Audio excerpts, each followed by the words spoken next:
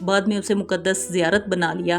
مہاتما بدھ نے اپنے اس علم اور عرفان کو اپنی ذات اور علاقے تک محدود نہیں رکھا۔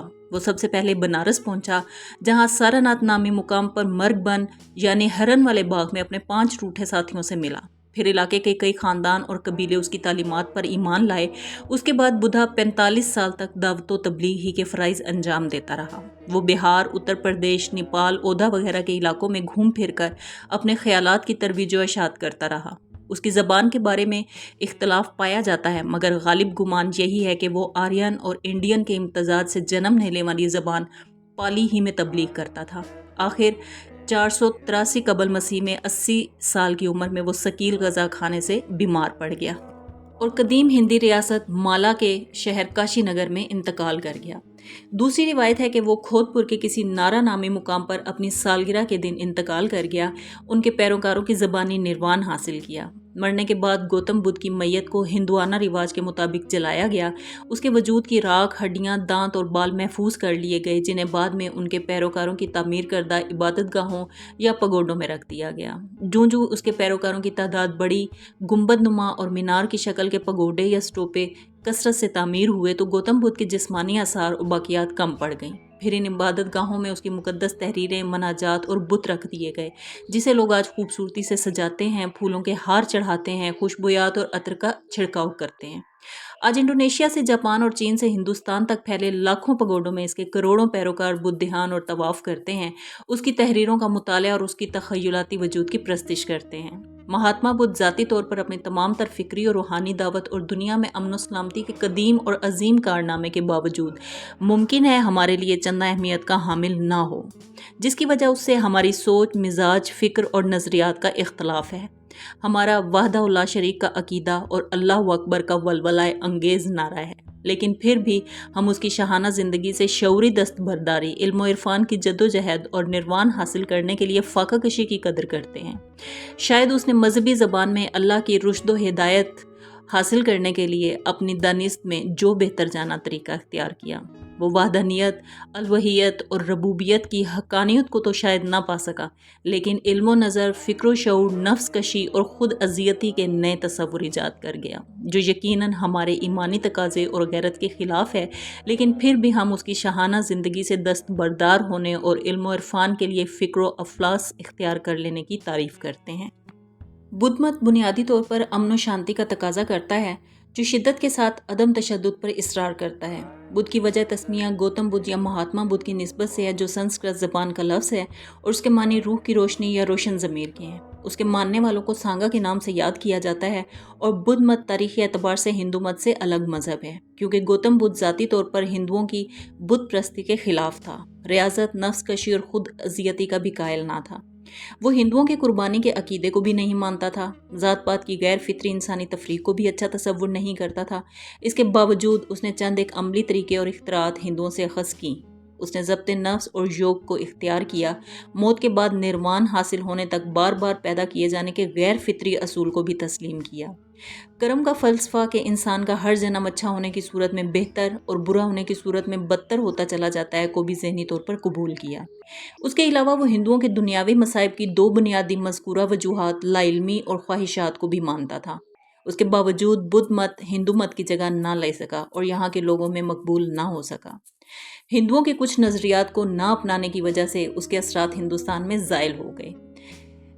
بدھ مت 4 بنیادی اعلیٰ صدافتوں پر مشتمل ہے، جو کہ درج ذیل ہیں۔ زندگی دکھ ہے، دکھ کا سبب خواہشات ہیں، خواہشات کو دور کیا جا سکتا ہے، اور جس کے لیے نہ سخت ریاضت اور نہ ہی عیش پرستی کی ضرورت ہے، بلکہ درمیانی راستہ اختیار کرنا چاہیے۔ اس درمیانی راستے کے 8 اصول ہیں، جنہیں 8 اصولوں کا راستہ کہتے ہیں: صحیح علم، صحیح ارادہ، صحیح کلام، صحیح عمل، حلال کمائی، صحیح کوشش، نیک خیال، سچا دھیان، پھر صحیح کلام اور صحیح عمل کے حصول کے لیے 5 نصیحتوں کی ضرورت ہے۔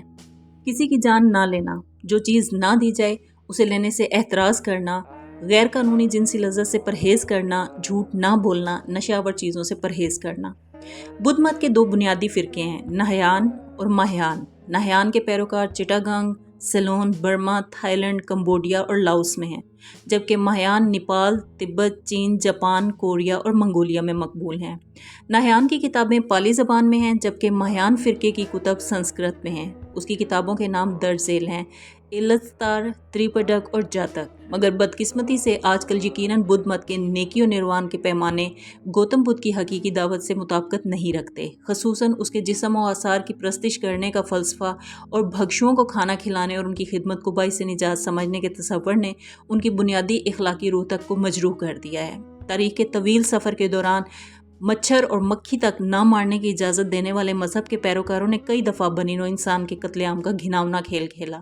جاپانیوں نے دوسری جنگ عظیم کے دوران ظلم و ستم کی نئی داستانیں رقم کی۔ چینیوں نے مشرقی تاجکستان اور سنکیانگ میں انسانیت سوز مظالم کی انتہا کر دی۔